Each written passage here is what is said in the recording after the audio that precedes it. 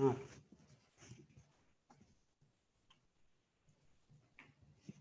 morning to one and all.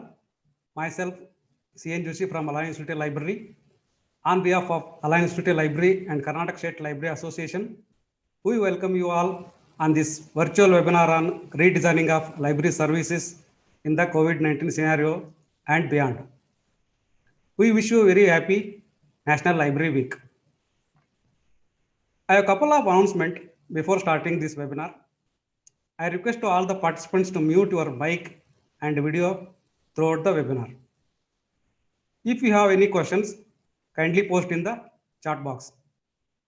Those who are unable to join this Zoom platform can also attend this webinar through YouTube channel.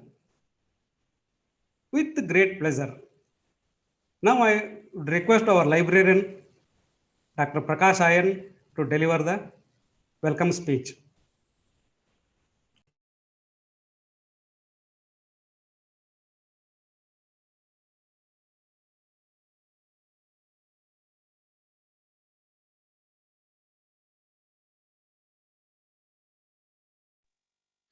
Thank you, Joshi.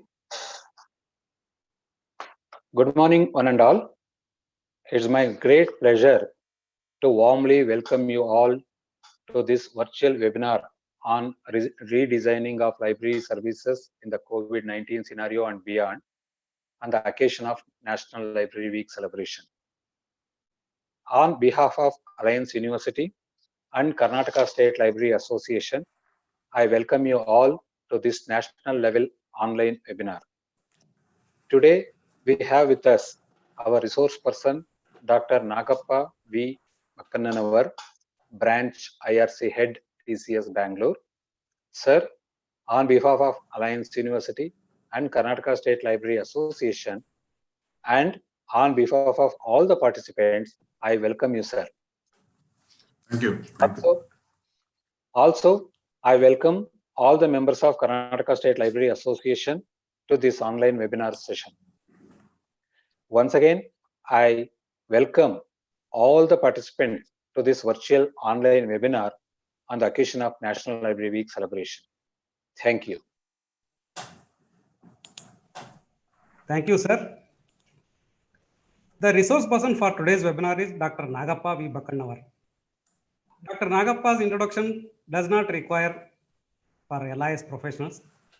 He is a highly motivated, dynamic personality among the library profession. However, it is our customary for us to introduce the speaker in this occasion. Dr. Nagappa is IRC Head, Tata Consultancy Service, Bangalore since 2005, with PhD in Library and Information Science from the University of Pune. Nagappa has more than 20 years of experience in the field. He has edited 2 books, published a number of papers, delivered more than 100 invited talks on various domains, reviewed and edited more than 300 papers for national and international seminars, conferences. He has served a number of professional bodies like KALA, Library Advisory Committee member at Alliance University. He has served as a chairperson, rapporteur, member of advisory, organizing committee, panel discussion of many national, international conferences, seminars at India and abroad. Strong interpersonal skills, presentation skills, leadership skills, and challenging the challenges are his strengths. Social work, plagiarism, information repackaging, marketing, creativity, mind mapping, soft skills are his area of interest. With this brief introduction, now I hand over this mic to our speaker, Dr. Nagappa Bakkannanavar, sir. Thank you, Dr. Joshi and Dr. Prakash for nice introduction. So it was a great pleasure and being with you all on the occasion of National Library Week. Before I start, I wish each one of you in the call as well as who are watching through YouTube channel this session, wish you a happy and prosperous National Library Week 2020.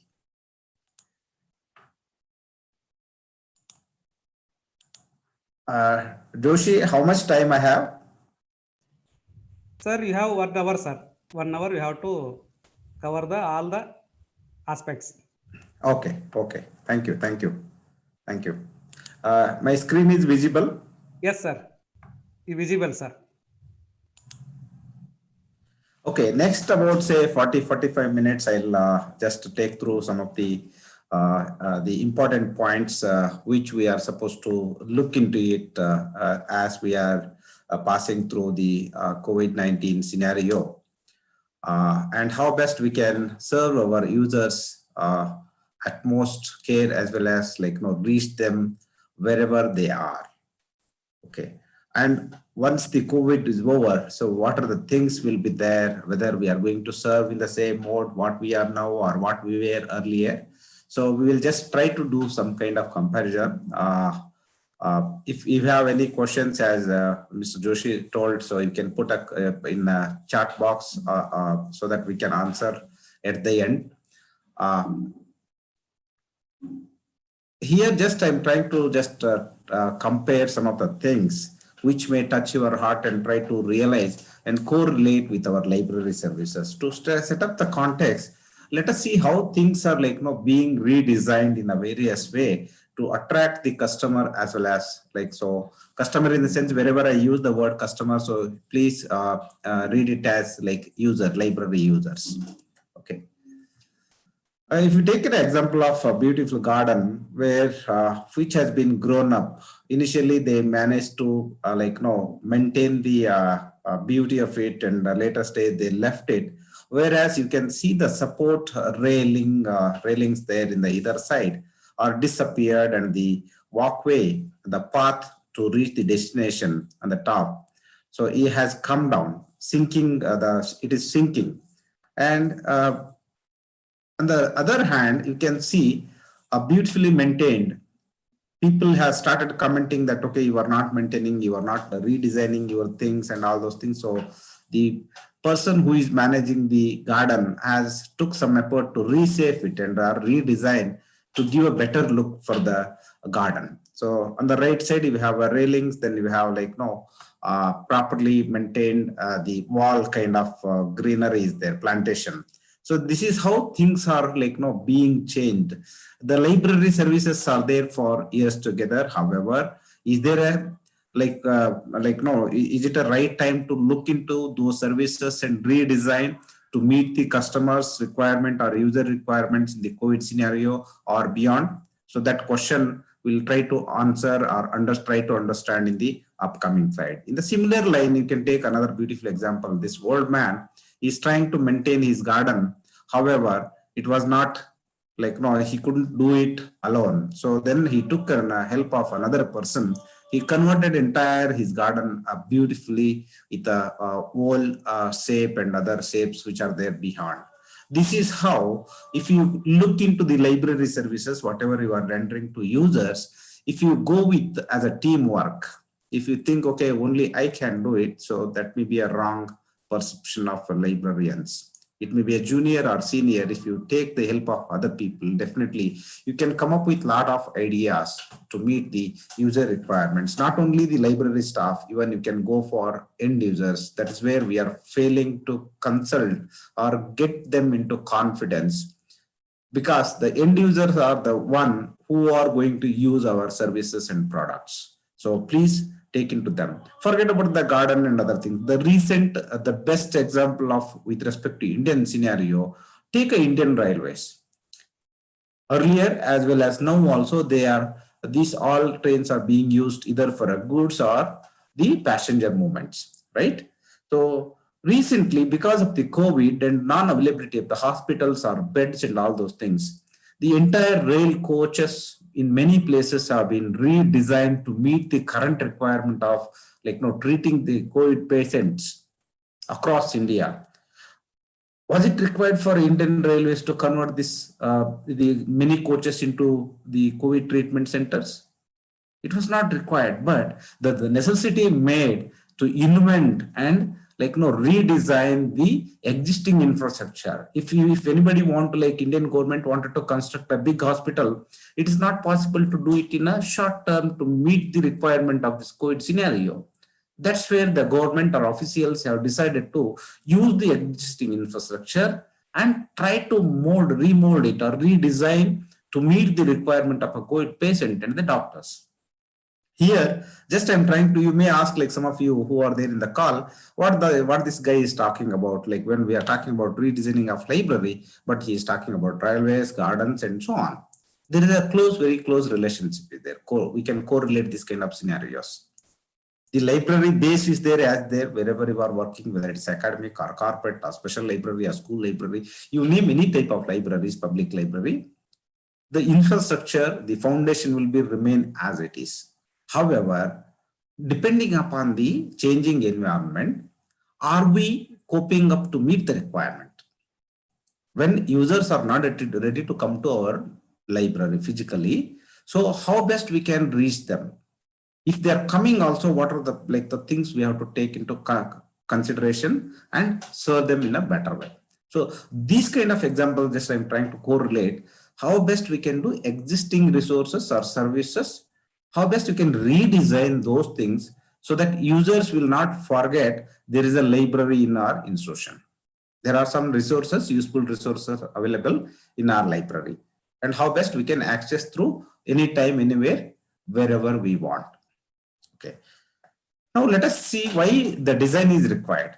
There is again a discussion whether we should call it as a design or whether you can call it as a depict or create or draft or drawing or form or idea. You can name it anything. At the end of the day, whatever you are going to do, okay, it's a kind of changing the process, whatever you have. It's nothing but an art or a process of deciding how something will look or work differently as per the dictionary. Okay, in general words, it's an arrangement of different parts or something that is made, such as building or a book or a machine or a library or whatever you can call, or scanning machine or barcode or RFID reader and so on. Okay. In a broader term, you can call it as the technique or methodology or whatever applied to services or process, products, features, and and so on. Here we will talk only and focus on processes and services which are predominantly used in library services. There are various types of design. You can take it as adaptive design or artistic design or original design or partial design or part design, or you can say even sometime redesigning happens. That's what we are going to discuss now. Okay, whatever you have designed, so again you have to redesign, modify the existing form of the object or a subject, whatever you have, or selection design. These are some of the things. I will not deliberate much on this. So let us come to the main core point of today's discussion, that is redesign. If you've taken an example of this the object here in the left hand side, they have designed beautifully. There are many people have involved, and many things have many thought process, ideation has happened in terms of coming up with a beautiful structure or object what you are seeing there. Okay, is it not looking good? Definitely it is looking good, but how best we can redesign? This was maybe assume that it was meant for some other purpose. So now the purpose and the need have been changed. The people love different and colorful things which will attract more people. See, now earlier there were so many people involved, however still it was not looking beautiful. Then some people thought let us give some different look. So they thought it and they made it something different with less manpower, as already the object was there in place. However, the overall look has been changed with respect to that particular object, which will attract more and more users or people to that place. Similarly, it's a redesign is nothing but it is a change the design of something whatever already existed. A plan for making changes to the structure or a function or a process or a services, whatever you have in place, to replace the original design. The main purpose is to serve the different from those set forth in the the original design. Whatever structure is there, the main structure will remain as it is. However, you have to change it, that the beautification of things, or the mode of delivery, or the mode of access, or content organization, or delivery, and all those things. You have to look into it and redesign accordingly. It is nothing but, in a short way, to design something again, whatever you have already designed, or serving or giving a services to user, differently deliver it.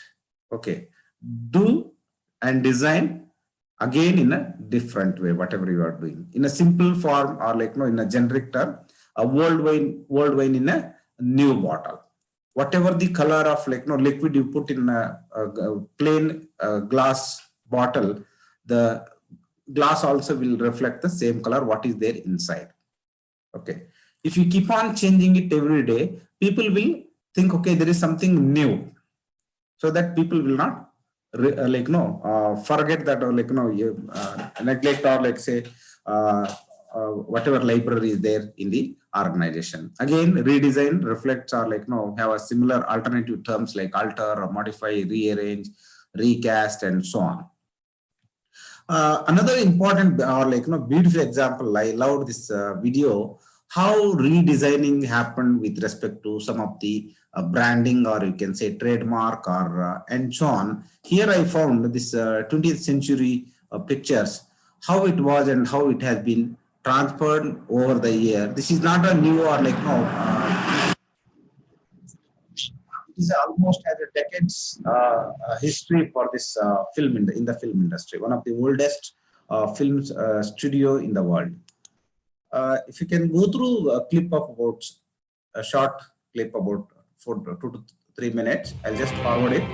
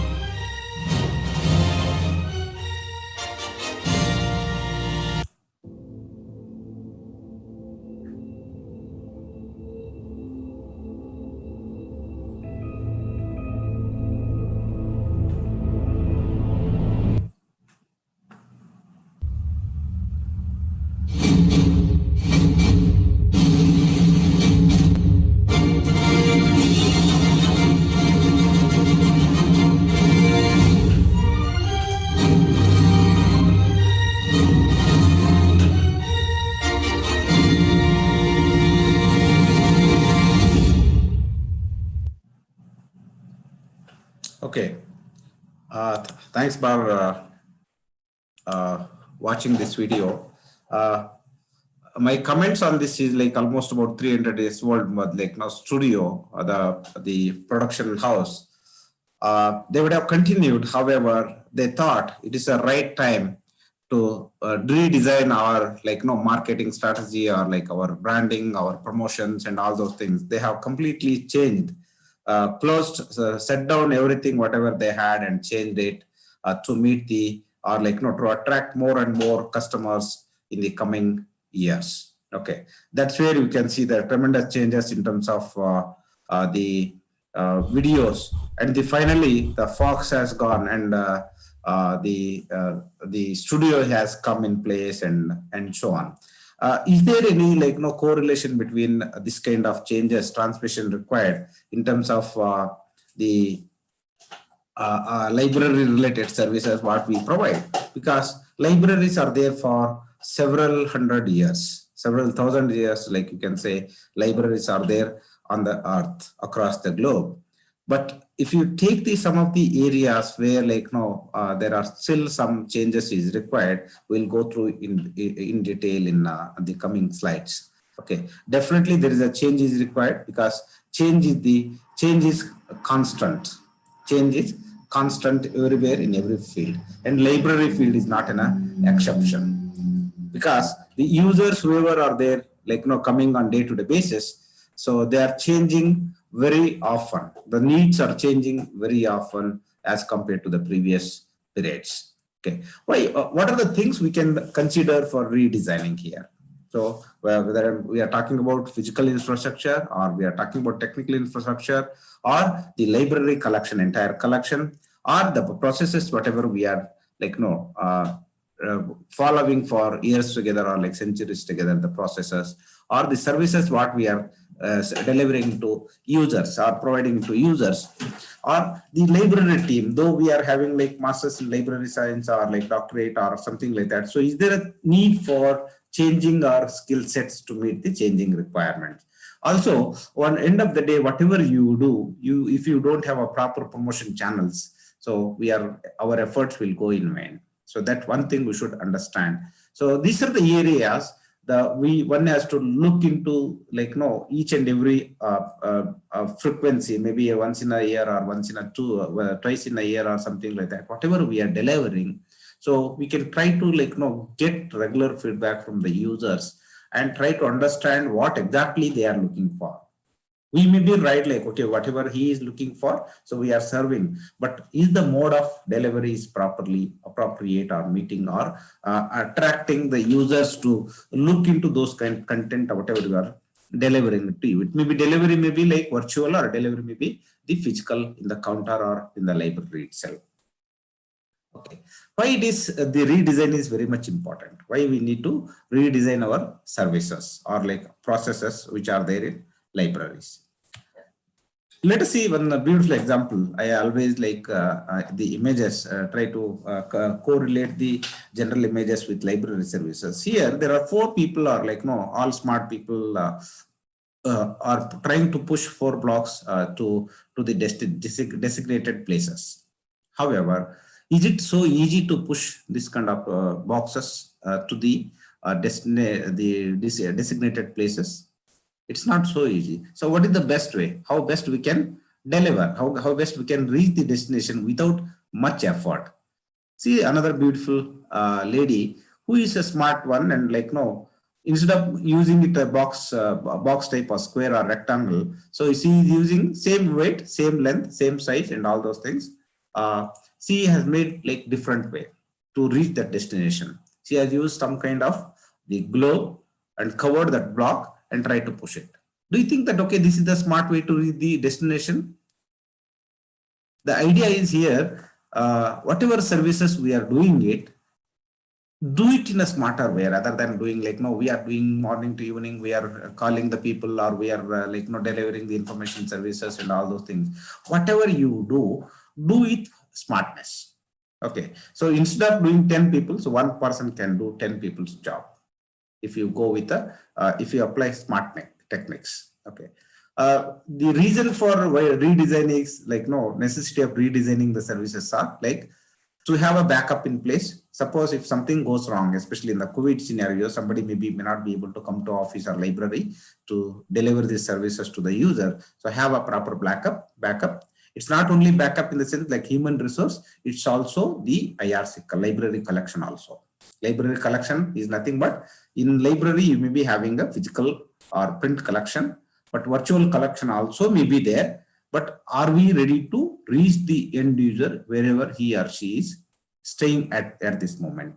That is remote access or virtual access or cloud access and so on. Increase the usage, users and visibility of the library. Redesigning is very much important. If somebody says like last time I was giving the same talk, I gave example of my own blazer. So if every time if I come with the same blazer, so people may not like. So that's where you can see some changes in today's my attire. Okay, so this will give some kind of like no the attraction of people. Oh, so Nagappa is changing from time to time. Similarly, library services, whatever you are doing it, so delivering, you should keep on like no focus on how best we can increase the usage of the services or resources what we have. To realize the outdated process and services, the redesigning process will help you to realize the process, whatever our practices or services, whatever we are delivering or following, are really still current, okay, still relevant, okay, still useful.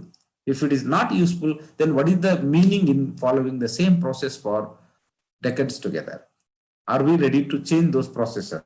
So some people may say AICT audit or like UGC and all those things. If you come with a collective ideas and propose to the organization authorities who are like asking you again and again about a centuries old process and all those things, if you are able to convince those people, they are also like us. They want the changes what you are doing. You may be maintaining some old process, but you can also showcase your same thing, how best you can do it differently. Definitely those authorities also will love to appreciate your effort. Okay. And the users also, like for example, waiting in the counter for hours together. Simple example of like a transaction, issue a return. Waiting like in the counter to come library to issue and scan it and all those things. The RFID, one of the recent solution, it is there for many years.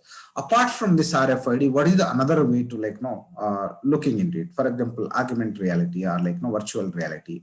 So how best we can try to inculcate install in our library places, or you can come up with an app which will answer all your WH questions, maybe bot kind of thing or something like that. Okay. Change in the external and external environment make existing practices obsolete. For example, current scenario, earlier we used to charge overdue charges for the books which are not returned on time. So now students or like faculty or like any other users have borrowed from library. They are in a position to come back to your library to return it. So are we still going to charge the overdue fines for them?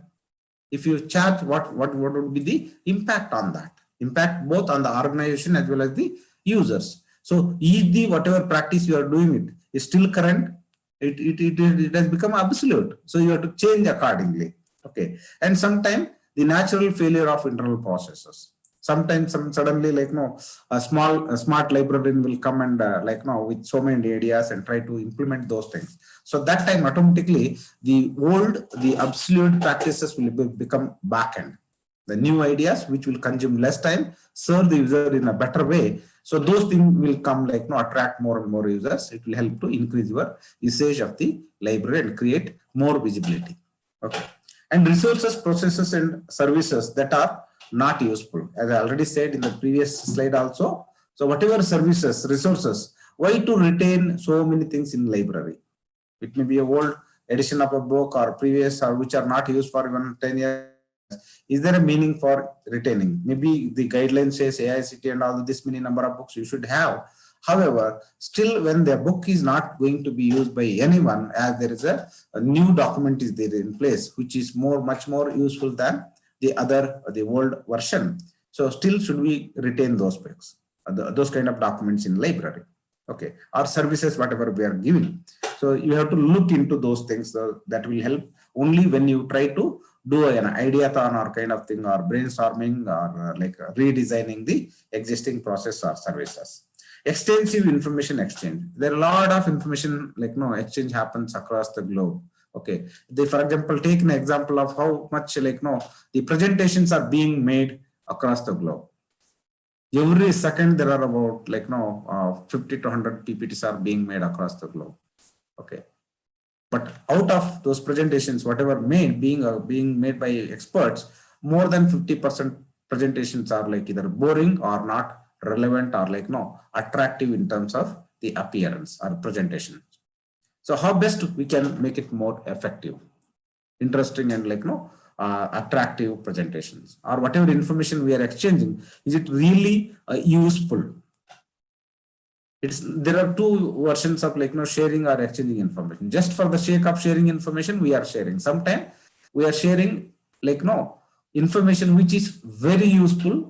For that, we are doing some back-end work, and end user should feel okay, whatever he wanted, appropriate information, he got it. It's not like a chunk of information or files which are sent to the user. And unavailability of the library staff and users. Sometimes, for example, now many libraries have been closed, many organizations have been closed, and recently some libraries have started actually partially. But in this case, how to serve the user. So only this is possible when you do the brainstorming or redesigning your services and processes. Let us see how best before COVID and after COVID, how the infrastructural changes have been made, or what we are supposed to change ourselves or redesign the physical spaces across libraries or institutions across the globe. If you take an example of, I think many people are definitely aware of this image, which library and which country this library belongs to. So no need to explain much on this. Take another beautiful example which has been recently launched in our neighboring country. This is a cool library, what it calls. There are many people are there across the floor, and the huge collection is there in the library. When you take during the COVID, left side you are seeing many people in the library. However, in the right side, the number has come down. Okay, the 4 to 5 people are there. The library space has synced. Even in some library, there are no library users at all. Not only library users, even librarians also not there in the library during the COVID. Before the COVID, the librarian was very flexible and comfortable. And during the library, COVID, see, librarian started because health is important, wearing the mask. This is what the change and impact of this COVID-19. And what would be there even beyond also? Yeah, take another example of user as well as the librarian interaction. Both the faces, you can see the smile. On the other hand, there are two users. We don't know whether they are crying or laughing or okay, actually talking something. This is what the situation is going to happen in future also. The left side, you can see huge number of users are there in the library. But same as was there in the during COVID now, users are there in some library, but they are scattered across the spaces available in the library. Okay, the testing happens, and the user seating arrangements also made changes, at least 5 to 6 feet distance they are maintaining in each from one person to one user to other user. This is how it is going to be. Changes will take place. For example, browsing center, what you have in a library, or the internet kiosk or digital library access. Okay. Or the Kindles, whatever you have in library. The right side, you can see again empty. Once again, the number of users have come down. But here one image is left side, you saw a lot of library users were there within the premises. But here the users have started more and more focusing on the virtual access, that is digital access, either from laptop or a desktop, or say even from their smartphone. Okay, you can borrow, read, and explore whatever books you have. You can borrow a book based on the contract what we have with your library or the vendor who is supplying a digital copy of the book which you are reading it. Okay. More than that, actually, even not only smartphone and all those things you need. Nowadays, you need not to worry about whether you have a smartphone or you have a tablet or a Kindle or desktop or and so on. Now even a smart band also can help you to read or browse videos and all those things. Even in your hand, only your hand can become a projector, a big projector. Right side, you can see that how this smart guy is browsing, reading the content from the libraries. Okay, this is how it is going. Even this band, you can even in the water or like in the wherever, whatever seasons you are there. So it doesn't make much difference for this. Okay, anywhere, anytime you can access it. And another important, like virtual, suppose if you don't want to like, so watch through your smart band in the hand, you can just stand somewhere or sit somewhere. You can make whatever size of the screen you are looking for. You want to see the objects or like information on the screen, you can just design yourself virtually. It's not, there is no wall or something like that required. It's in the air also. You can make some kind of virtual screens where you can read or go through your entire library collection. Okay. See the collection, huge collection, but no library user. In some libraries, there are users. And this another important, you see there before the COVID, there is a huge number of library users that are there in most of the places. I'm just taking the same library after during the COVID and what would be after the COVID situation. You can see the same library. Nobody is there except I think 1 or 2 people are there in I think first floor 1 person and the third floor there's a 1 more person, or yeah, 3 people are there. So what the librarians will do when there are no users, and what is the ROI, return on investment, whatever we are making on the resources as well as physical infrastructure. So that's where the things are going to change. This is not a physical library, this is a virtual library, which you can see from your smartphone or device, whatever device you are using. You can just lend it from virtual library. That's it. This is going to be one of the new booming factor in library field. These are the areas of the channels which you can promote the collection, whatever you have, you are having it, as well as access from different devices. This is about the physical infrastructure, and let us see about the processes what we are supposed to redesign, or what we have and what we are going to supposed to redesign. For example, acquisition and subscription, what we are doing, it's there for decades together.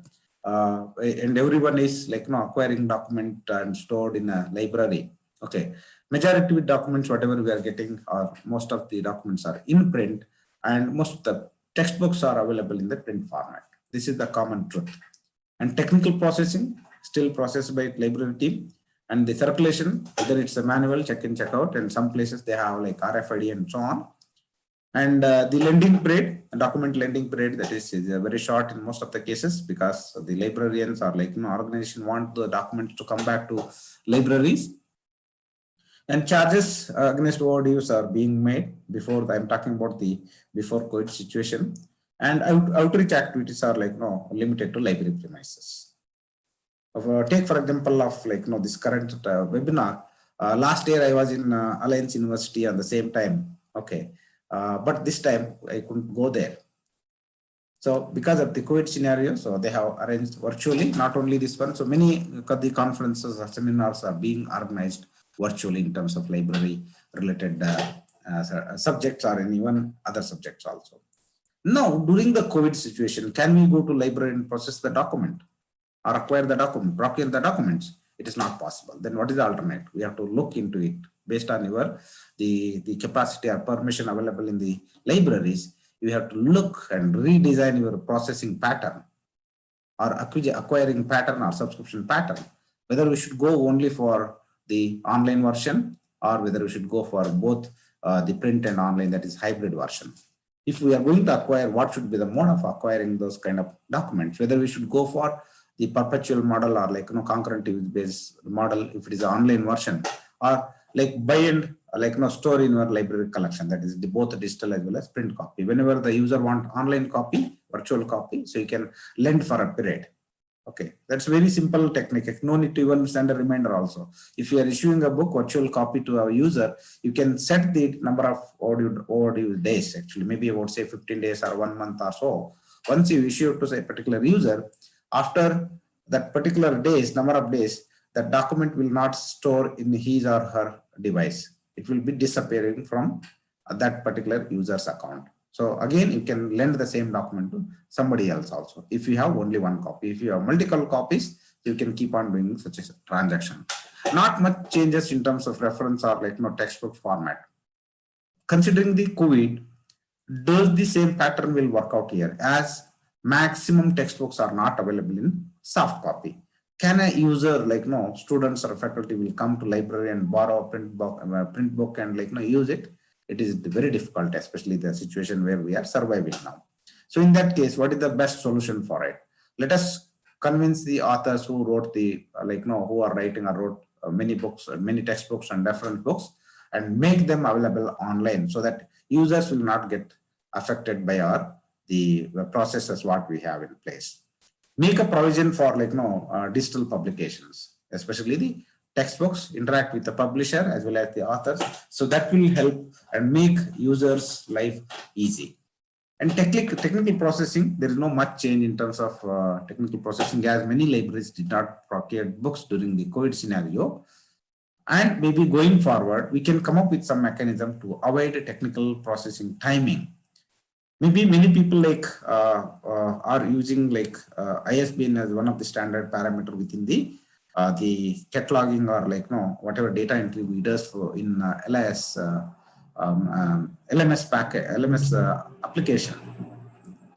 So there, if you can come up with some standard, okay, we will go with the barcode number or ISBN number into multiple copies if you have and so on.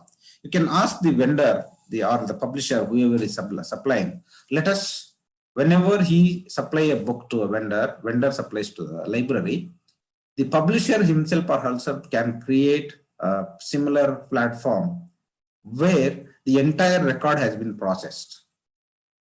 You just, whenever you purchase a copy, just go to publisher site, import the details and make it your part of your collection. So you are in a single click, you enter the ISBN number or something like that, which is the standard one.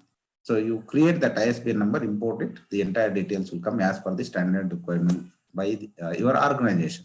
So here you can save at least about, say, huge amount of time from library team, which can be used for some quality work. Okay. Or ask third party, which may be again you are going to pay. So instead, you ask vendor or a publisher to supply the document. I'm talking second line, I'm talking about the labeling and all those things, the barcoding, access number, labeling. Okay. So those things, if you can come up with vendor, whoever is supplying, yeah, this is the book. So these are things what we want, you paste it and supply it. So you can save huge amount of time, which was spent for processing. So that same thing, you can use it for some productive work. And regarding circulation, no change in process, the enable online checkout and check-in kind of thing. For example, now many people have started, I don't know how many libraries have enabled this self-check-in, checkout or renewals, especially during COVID. This will help you to avoid sending reminders for the audio document. Okay. So also you can extend the library, the overdue period also, instead of 15 days, if your library has been closed for say 6 months or 5 months or maybe going to continue still another 3-4 months, you can extend the overdue documents lending period. And scope for organizing events using online tools and all the things, which are many of the colleges now, they have already started using the online tools. However, only it is becoming limited to the teaching applications virtual classes and all those things. But library side, whether are we engaging the students in the same line, where the way we were handling the organizing the events and all those things before the COVID, are we managing or engaging the students in the same line with the library activities and all those things? I think some libraries are doing, but there is a huge scope for the rest of the libraries who are not doing it virtually. There is a very good opportunity. This is a very good opportunity to get connected with the users. And with respect to services, online access database mostly accessible within the library, most of the cases, and IP based campus. I'm talking about before COVID, IP based or campus based or login based access. Reference books and textbooks are not available online, not accessible. With respect to information and research services, in-person request based services are there, or limited current awareness services are like no SDI services are there. Okay, and query-based service again limited on online query-based, especially the through emails and all those things. The queries are being received in most of the libraries. I don't know how many libraries have like virtual querying tool where directly associate can go there and post their queries. And which is being tracked by user who is addressing his query and how much time he or she is taking to respond to that query, and whether the solution whatever given to the user are appropriate or meeting the requirement or not. So there is a scope for it, and the very few institutions are using like this kind of technologies like robotic technology or like what augmented reality, virtual reality, and all those things. Here also there is a good scope for us, like especially considering the COVID in the right side, if you can take this augmented reality and all, there is a huge scope for using this kind of technology because machine will not get infected by the viruses. Okay, especially the kind of COVID and all those things, corona. So in that case, we should go for this kind of technologies to provide the interpret services to users. Okay. Online access, already some institutions have started as per my the observation throughout the period, the last for 6-7 months. Some institutions have started providing remote access to databases. However, still there is some technical glitches, what I understood by some of the users. Maybe speed or accessibility from the publisher side, or whenever you click the link, the response from the server and all those things was not up to the mark. So that can be relooked into it. There is a scope for replacing IP-based or campus-based access with anywhere, anytime access. Enable online access to reference and textbooks, especially I'm talking about the colleges who are predominantly housed textbooks, because most of the students who are going to access only textbooks rather than the rest of the books. If we don't have access to these textbooks, so it may be a big challenge for librarians to help them. I know some of the people have converted some textbooks into PDF version. Are they copyright permitted to use? This question you have to ask. If you are doing such a thing, you should, I advise you to connect with the publisher as well as the author who have a copyright to use that kind of content, and take the consent for converting the print into a PDF or whatever other versions. Otherwise, you please don't do it. Though there is a fair use option is there, but if you are converting entire document into a digital version, so then definitely you must need a permission from the copyright holder. Information research and information research services, not much change in terms of CAS and SDI services. Scope for providing such services through all possible channels, anywhere, anytime. You can come up with a proper online tool where anybody can post from anywhere, and you can tag some of the library team to monitor those things. Maybe you can divide the time slot for your library team who will monitor from which time and all those things, so that user will not get affected, and in the meantime the library team can provide the solutions to the user within the specified the whatever agreed time from both the side. Query based services, a few institutions already started query based. However, again, most of them are in an email version. A scope for providing 24/7. So some people may ask, like, sir, we have only one person in library and we are only about 5 people in library. Is it possible? It is possible if you go for or deploy a chatbot kind of bot kind of thing to respond to the queries automatically. For example, if somebody is asking for some information, if a bot is there in place, he can post his query or her query in that. So bot will try to retrieve the data from your servers or web pages and all, wherever information is uploaded, try to give the hints. Okay, these are the information available. If a user is not satisfied, you can come up with some kind of FAQs, or you can make the bot into dynamic mode also, so that it will take a real time access to databases and provide the appropriate answer to the end user who is chatting with the library bot.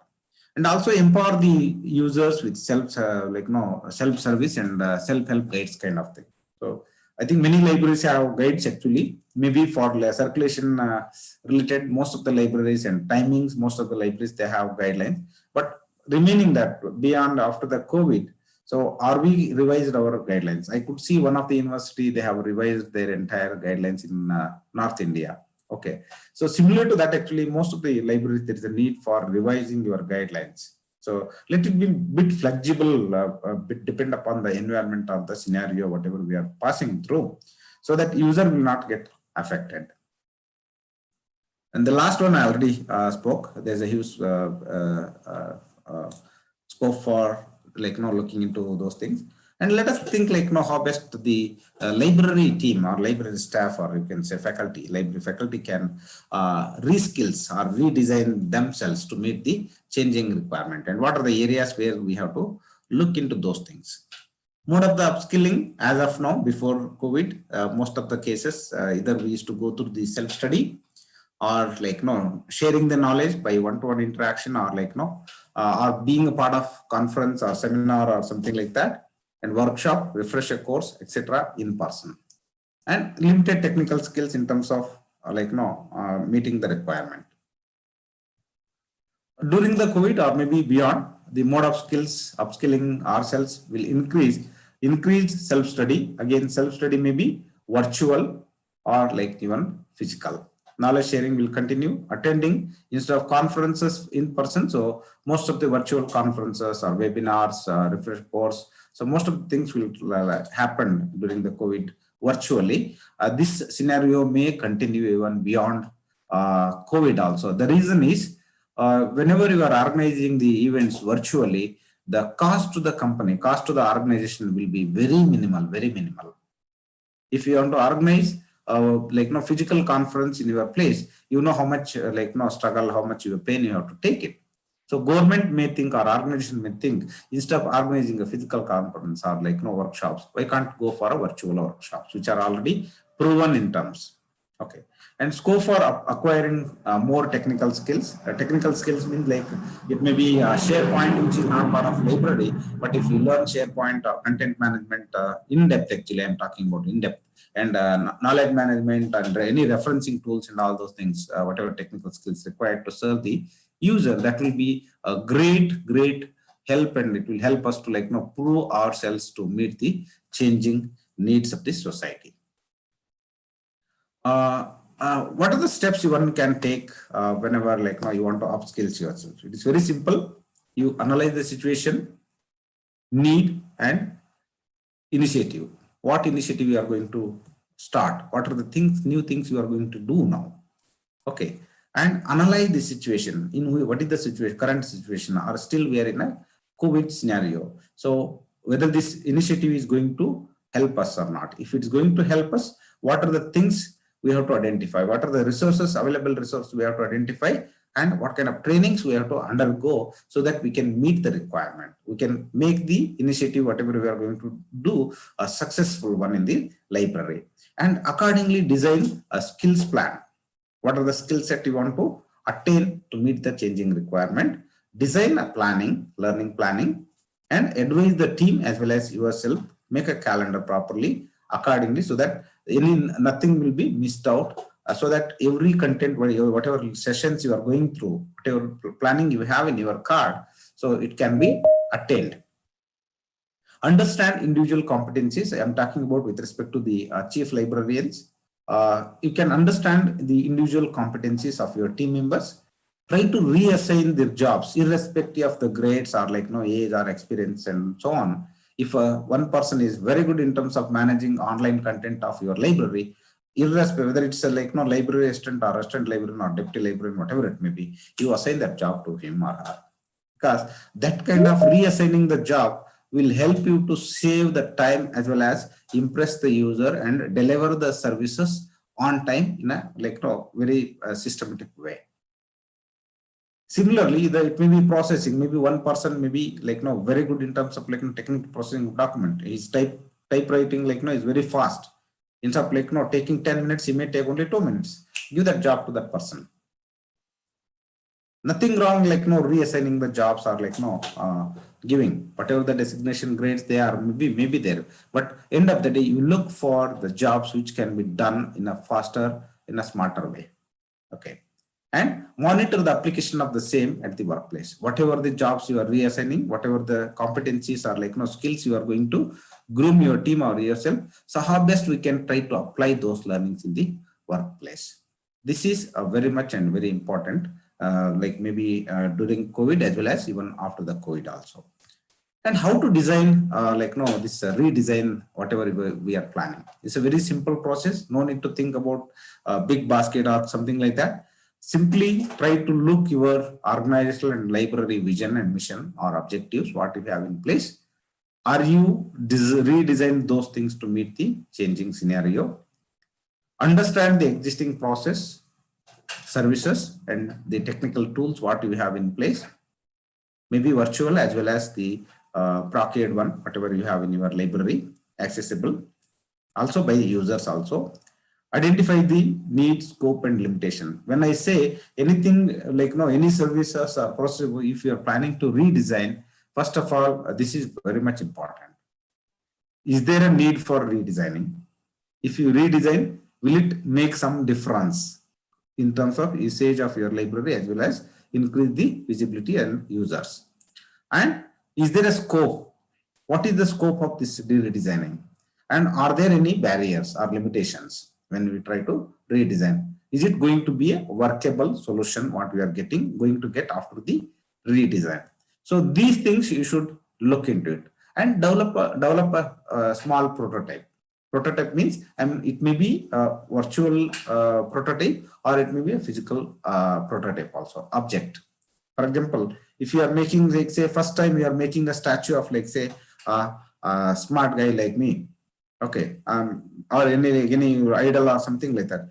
Instead of going for a like no stone statue, first you can go for a paper statue or like no mud one, where you are able to like mold or whatever the way you are going to give the shape and all those things. Similarly, even virtual also, whenever you are designing something, you try yourself first and share with some people, that is by ideate or like envision desired future. Include the users in that so that they will help you to like reframe the problem and share the what kind of opportunities you get as well as users get. Once you implement, after the interaction with ideation with the users, both instead of rather than saying users, I can say stakeholders, which will include library staff, faculty, and the end user, students, and so on, including the vendors, book suppliers, publishers, authors. All these will be considered as a stakeholders. So include those people, how best you can come up with a new redesign your service and processes. Once you come up with a solution, try to implement and test and evaluate the prototype. Testing should again involve these all stakeholders. If not all, at least the major portion of the stakeholders should be included in that. Don't only test yourself as a librarian, because end user may be having something else in his or her mind. So and at the end of the day, whatever we do, we are doing for the users. So taking the confidence of the users are very much important. Okay, and once it is tested, prototype, then release for users, collect their continuous feedback and work on the improvement. Once you release, it doesn't mean like the end of your job. Keep on getting the feedback on the services or process, whatever you have redesigned, and accordingly the redesign process will keep on continuing. Again, once it is the release that redesigned version of the process or service, the redesign process will keep on continuing, whether it's a process or service or tool. As and when there is a desired feedback is there from the user, you can, if feasible, again you are supposed to go back to the need, scope, and limitation. Whether it is if it is a feasible, you can look into a redesigning part. Okay. And what are the benefits? I think I have another 1 or 2 slides maximum. I'll not take another more than 5 minutes. What are the benefits of redesigning of libraries? There are many benefits. There are many benefits are there. To put it in a very simple way, first and foremost is about the cost, and the cost, whatever we are spending or expenditure what we are making on the library resource and services. the time which we are consuming for procuring, processing, or delivering, that can be saved, and speed can be increased. Suppose if you are doing a job or service, delivering a service in say 1 hour earlier, so once you go for redesigning, it may come down to 20 minutes. So you are going to save 40 minutes that way. Okay, and quality of the service will, or processes will improve. The borderless access, it can be anywhere, anytime, even including the processing or labeling or even the data entry, everything can be borderless. So the last one is whatever you do, redesigning or whatever, say blah, blah, blah, blah, blah. End of the day, you get a very good satisfaction from the user. That because when the user is happy, then only we can think, okay, whenever user is happy, then only you can feel that your services and whatever your redesigned processes are good. Otherwise, it is a waste of your effort in putting the redesign. So whatever you do, end of the day, ensure that you are going to get a good user satisfaction. Here are some of the things already I think briefed on that. Efficiency, increase efficiency, or productivity will be increased. Users may become content owner, or the increased perception of control. User feel, okay, everything, whatever I want, the library is providing in my finger touchable, or in a very short time, something like that. Improve accesses and service, saves money. Delivering direct service to user, that will make more comfortable from the user perspective. Whatever we are calling till date, right information, right user at the right time. So that we can now onwards, very confidently we can tell right information, right time to the right user. But till date, whatever user wanted to use some information, all the way we used to depend upon the library collection. If you make the above changes or redesign to anywhere, anytime, so that time only we can tell right information at the right time to the right user. And also motivates users to become repeat users. Once you taste anything, so if you are comfortable with using some certain things, so it becomes a repeat user. For example, take example of smartphone. Honestly, I think there are more than 250 to 300 people are there in this today's call. Honestly, let me know how many of you don't touch your mobile when you get up in the morning. Don't touch means like opening the WhatsApp or Facebook or messages or calls, missed calls, and all those things. I'm sure more than 99% people will get up in the morning, immediately they look for the mobile.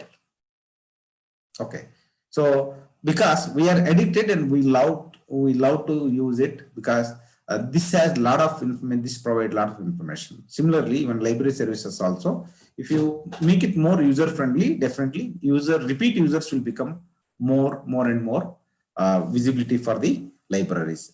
And it will also help the change in terms of micro tasks performed by the library staff, as well as users to service provider, that is library team. This also will help us to shift the task from users to service provider. And what is the benefit for organization? Because end of the day, the management will come and ask, no, you are doing so many changes and all those things. What is the benefit for us as an organization? Always, whenever you redesign the services or processes, it will help us to reduce the human resource cost. That is, suppose, as I said in the beginning or in between somewhere, if two persons are doing some job, if you redesign, put some effort and apply some smart techniques or tools to perform that job, so definitely 2 persons not required. So that time you can tell management, earlier there were so many people were involved, now only 1 or 2 people are working on this. It also helps to eliminate the non-value adding steps. If you have n number of steps, like for example, Koha, you have many people are using LMS Koha. There are many fields are there, but out of those fields available in the Koha, how many fields are effectively using by librarians? I think more than at least 30 to 40% of the fields which are there. I don't know whether 100% fields are used. 30 to 40% fields are not being used by most of the libraries. So are they still those steps required? So how best we can eliminate those things? This redesigning will help us to look into those kind of things. improves efficiency, productivity, and functionality. As I said, this will help us to reduce our time, improve the efficiency, also productivity also can change. Increase the visibility of as well as usage of library resource and services, streamline front and back end process of services, communicate your library's brand value of resource and services better and better, increase the library visibility, usability, flexibility. User satisfaction is another important factor which we can tell to organization that, okay, now our users are more happy than the pre-COVID scenario. So that kind of things you can tell the management, okay, redesigning process helped us to do so and so. And also, it also increase or attract more new users. Whenever, for example, you go to any particular shop, buy something, and that customer, the shop owner become very close and he's giving a quality products to you. So what you will do? You will start telling neighbors, oh, I went to so and so shop. He's a very trustworthy person and the quality is awesome. So what the neighbor will do? Based on your advice or the words, whatever you have exchanged with them, so they will try to visit the same shop. Like that the spread of this kind of information will definitely help to increase the new user. This is only possible when you redesign the library services and resources and promote it with appropriate channels. Then only it will help you to create a big impact on the organization perspective. Remind users as well as whenever you redesign and relaunch the products or services, whatever you do, make it a grand branding for each and every relaunches. That will remind users, okay, there is a library and these are the services which are provided by the library and these are the changes which they have made. For example, every month, I think not month, even sometimes weeks also, many people are using WhatsApp and Facebook. Keep on sending the updates. If you update, what are the features are incorporated in the new version? I'm sure no need to explain this kind of very simple things. So the reason of updating our whatever installed app is the new features, whatever they have made, and whatever the absolute feature or non-validating features have been removed, that will not be there. The new feature will get in and absolute feature will get out. So that will make user to the producer or manufacturer of that particular product or librarians to keep hold of grip on the users, get connected with the users, and also it will help to create interest among the users and you can engage the library users more and more. This also helps make easier for users to access content with you, contact with you, connect with you better way, and attract new users and increase the visibility as well as the usage. To end my note, I'm just trying to play another video. Definitely you may love it. It may be about 22 years of history of Google. Let us see how they have redesigned their services and offerings. The features, you can, I request you to go through each and every text or image which is coming in the video so that you can correlate how they have just in 22 years, how they have transformed, how they have changed over a period of 22 years, how they have redesigned their branding or the features in a very systematic way. That's where now the Google has become the king of all the search engine on the earth.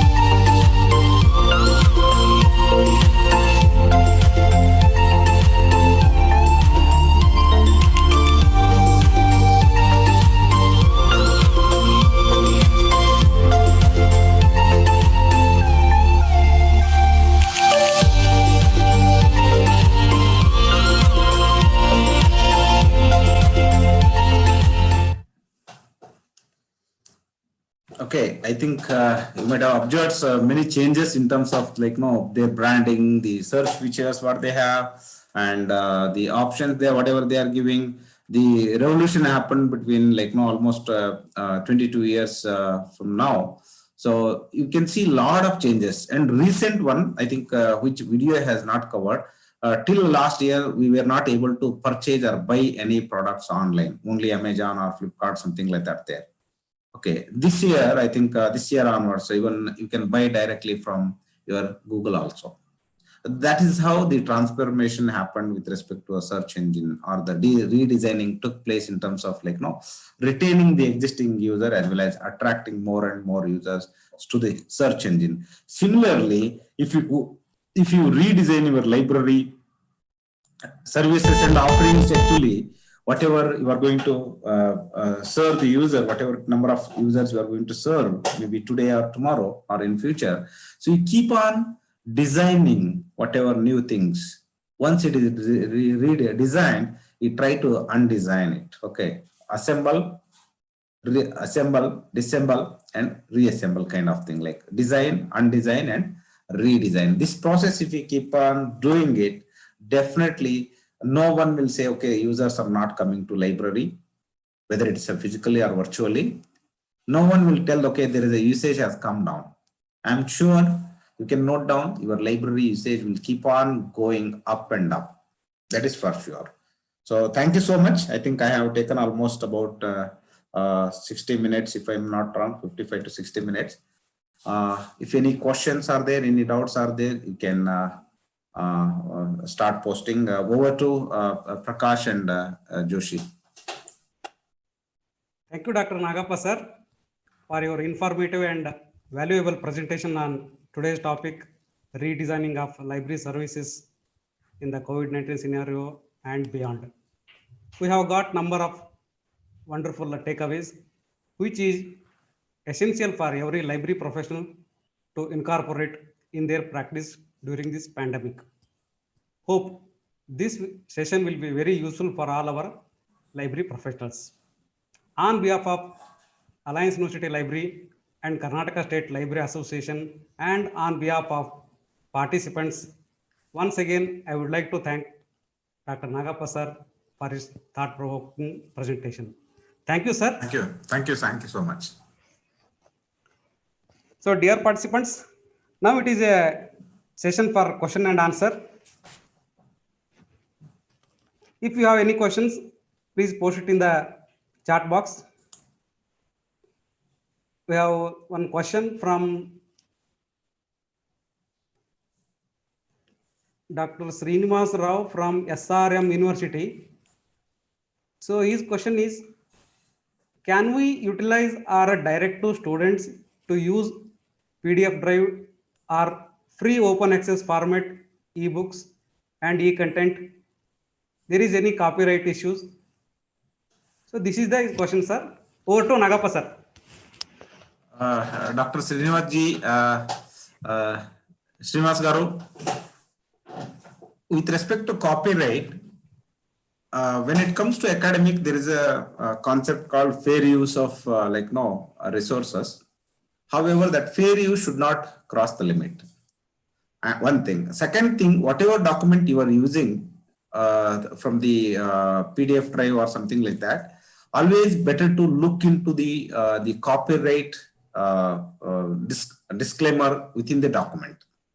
Whether it is open to public, whenever you try in Google and all those things, you get millions of hits actually. But all are really a copyright permitted to use. That is important. That one you should try to look into it, and accordingly you can advise your students. But there are some open access scholarly books as well as journals available, like Directory of Open Access, Directory of Open Access Journals and Books, okay, or like Directory of thesis and dissertations and all those things. For online reading, there won't be any issue. But when you want to reuse it, it may be for commercial purpose, or if you want to copy the content from some document and reuse it for your personal usage, so that may be a complicated one. I think I answered Srinivas garu. Sir, we have muted participants. Okay, okay. Yeah. Here one more question is there, sir, for Nagappa sir. Is from Jairaj. His question is, can you name any such a redesigned service or facility which is followed by you in the TCS during pandemic? So this is his question. Yeah, I think you know corporate policies. We have come up with some services redesigning happened, but however, I don't think whether I should be in it's a right forum to share or not. Okay, Jairaj. And those who are watching YouTube channel also, you can post your questions in the chat box. Here one question is there from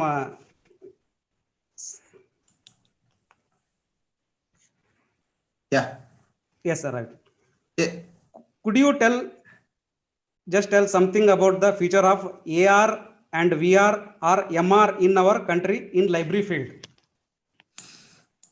Actually, in our country, this augmented reality and robotic technology applications are not, the virtual reality is not yet actually started actually. To be honest, in some of the companies, they have started for some other purpose. In library field, this has to, yet to come actually. For example, if you know the Ola app, right? Ola app, you are able to track a book. Cab, where it is. Whenever you are trying to book a cab, so you are trying to locate where that car is coming, where is it is there now and how it is coming. Similarly, it is nothing but augmented reality. So same thing, if you can use for locating a book in your library, if you can tag all the entire content the app, whatever you are going to develop. So the librarian is not to guide the user, go this place and that place, this rack and all those things. That app itself, it will help him or her to take to that particular rack and particular book, locate that particular book. This is one simple example how best you can go for the virtual reality or augmented reality kind of thing. Thank you, sir. But in India, we are still yet to explore such a things. Maybe in some locations, the robotic technology being used for as a help desk, but locating a book and all those things or like grading, even if you may be there in your home, but still you want to check virtually being within the library. The way I show in one of the screen slide, where virtual collection displayed in the form of story building.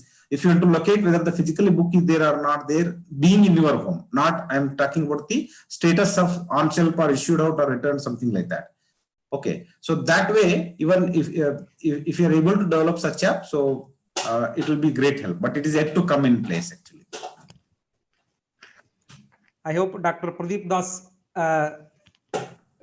received good answers from the speaker. Oh. So due to time constraint, thank you, Pradeep Saab. Now I will take the last questions from Suresh Babu BK. His question is COVID is a gift for a redesigning library? He put the question marks. Over to Nagappa sir. Yeah, it's really, thank you so much. Can you repeat the questioner name? His question is COVID is a gift for a redesigning library? I got the question. I want to know the person name. Okay. Suresh Babu BK. This is a really wonderful question actually. See, this is how now I can say we started redesigning our mindset also. We started thinking differently now. Okay. Now we are asking ourselves, is the COVID is helping redesigning our services? That means our mindset also started changing, start changing ourselves. Yes, I can say 100% it has helped actually. No one imagined that, okay, the entire world will go through this kind of bad scenario. Okay. So because of this only, many libraries have come up with remote access. Did you thought before the COVID giving the remote access? Hardly few organizations. I think even June, July also many people called me, sir, we have started remote access. Just give your opinion, how it looks and all those things. I'm talking about university and colleges. It was a beautiful, awesome actually. So users are ready to get the document or collection of information from their fingertips. Definitely it has helped actually COVID. I'm talking about only services. Otherwise, with respect to humanitarian ground, so this is one of the, you can say, a very bad remark, a black spot in the history of humankind. COVID I'm talking as a disease. But it helped us to redesign many of things, many services. Thank you, sir. So it is the last question due to time constraint. Shivraju from Alliance University Library. His question is, you have seen our library and our library services in context of COVID-19 scenario, how we can redesign our library services to meet and end users' needs. I think already we have discussed, I have given some hints in the presentations actually. With respect to physical library, we have a wonderful library. So online services at this moment, how best you can make it. Whenever you invest, actually, one thing we are supposed to consider is like investment, whatever you are going to make, whether it's a virtual collection or the physical collection. How it is going to help us both during the COVID situation as well as the after the COVID situation. Do you think that, for example, if you are going for only the digital collection, considering the current situation, once the classes starts or the university starts, are you going to expect the same number of same quantum of time that user will come online and use your online resource? There won't be a chances, because now they are working, studying from home. They may be using more online resources. If they come to college and start using physical library, are you going to expect the users to still go online and refer? It is not possible. So whenever you invest any amount or redesign your service, you should keep in mind both the scenarios. When they say the COVID scenario kind of thing, as well as beyond COVID. Accordingly, you take a decision and redesign your content, okay, our services. Always, as I said, stakeholders, considering the stakeholders' inputs, very much important. Because they are the one who are going to use, and you are the facilitator. Okay, we are all just a priest kind of thing. We are facilitating we are getting a blessing from God and passing it to the bhaktas. Okay, we are just kind of a mediators. So take their inputs and accordingly you can look for it. I hope I have answered your question. Thank you, sir. I hope all participants received good feedback from the Nagappa sir and some thoughtful inputs from speaker sir. Now it is time for concluding the session. Before that, Joshi, just I want to thank, convey my gratitude to all of you, the Alliance University and Karnataka State Library Association, as well as I can see a lot of seniors here like Dr. Shailesha or Dr. Rajiv and Dr. Pradeep Das, Dr. Minimal, then Dr. Geeta is there, and from I think Gujarat, Dr. Varsha Jodani is there, and Dr. Chellappa, and so many people are there here. So I thank for all your time and sparing with us. I'm sure I made a justification for your time, what you are spending here, because I believe that ROI, return on investment, you are spending almost more than 1.5 hour time here. So what do you get out of my presentation? So that is very, every time I think on those lines, accordingly, try to deliver my level best. Thank you once again, all the participants. In case of any queries, I think I have put up my email ID in the presentation. Thank you, Pradeep ji. It is b.nagappa@gmail.com. I request only in case of serious information exchange, important, that time only send a mail. Don't send only like good morning, good evening kind of thing. So because if I don't respond to your mail, so you may get hurted. Okay, so only if it is a critical and important, that time only send a mail. Okay, thank you, and over to Prakash and Joshi ji, and we have Dr. Adilakshmi also here from Kala. No, not doctor. Only Adilakshmi. Okay. Thank you, sir. Yeah. Now I would request Ms. Adilakshmi, Treasurer, Karnataka State Library Association, to deliver the vote of thanks. Hello. Good afternoon to all of you. Now we have come to the end of the program, that is vote of thanks. Every year we used to have National Kala celebrates National Library Week. Like that this year also we are celebrating, but this year it is through online.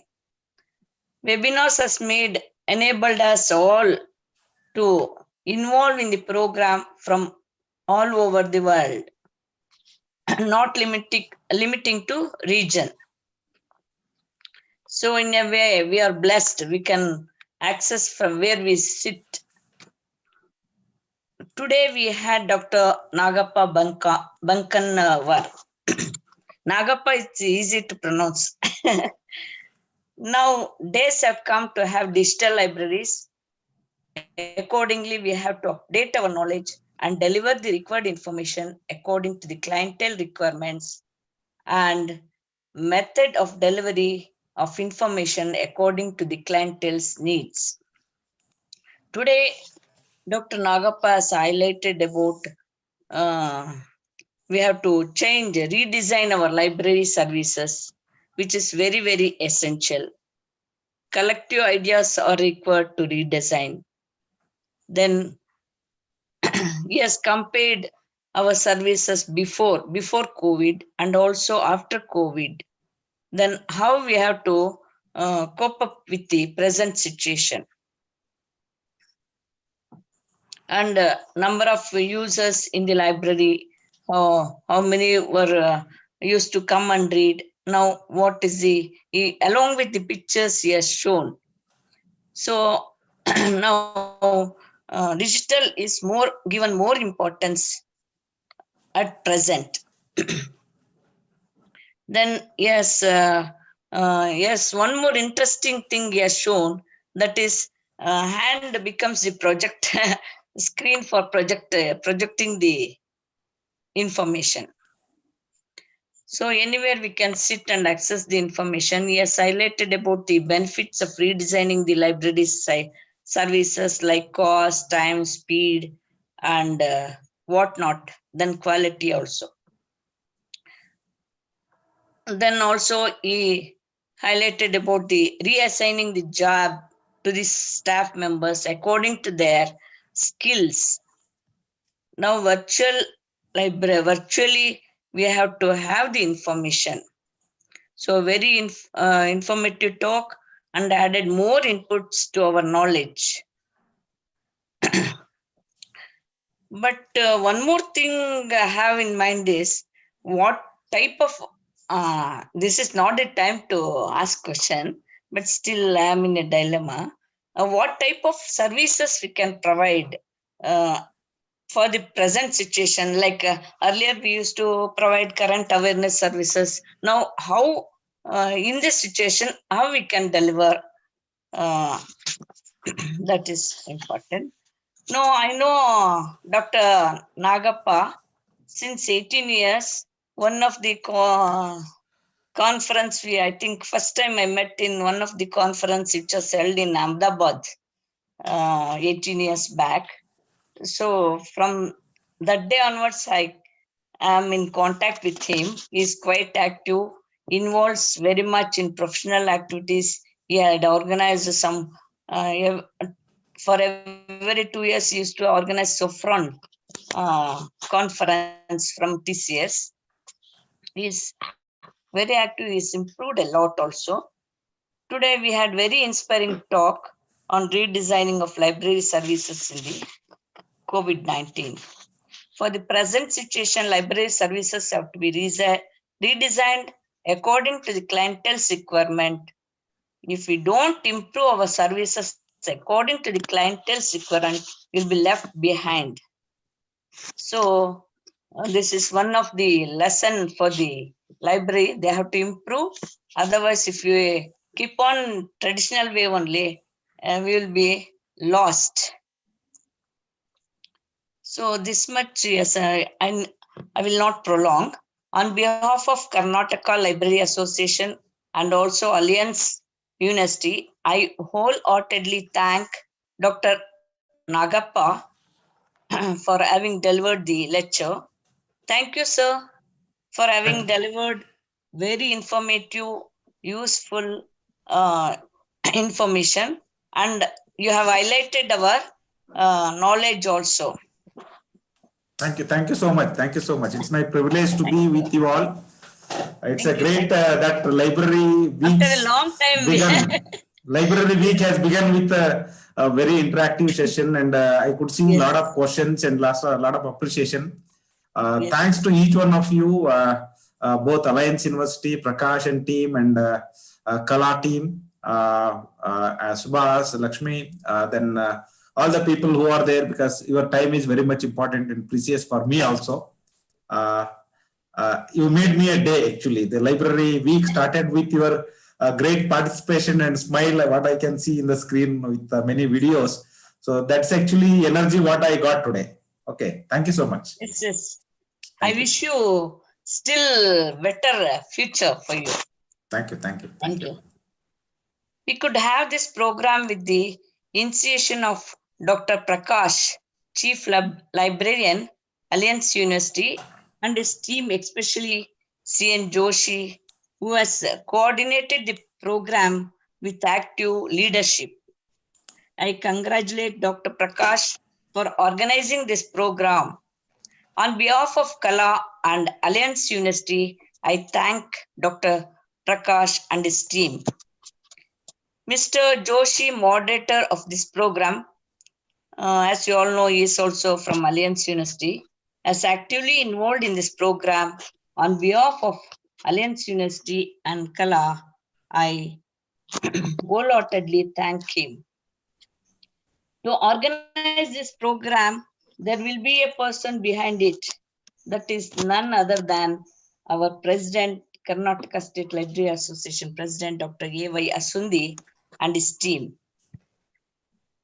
Dr. Ashindi gives a lot of encouragement for the program to happen. On behalf of Kala and Alliance Business Academy, I thank Dr. Asundi for having made this program successful.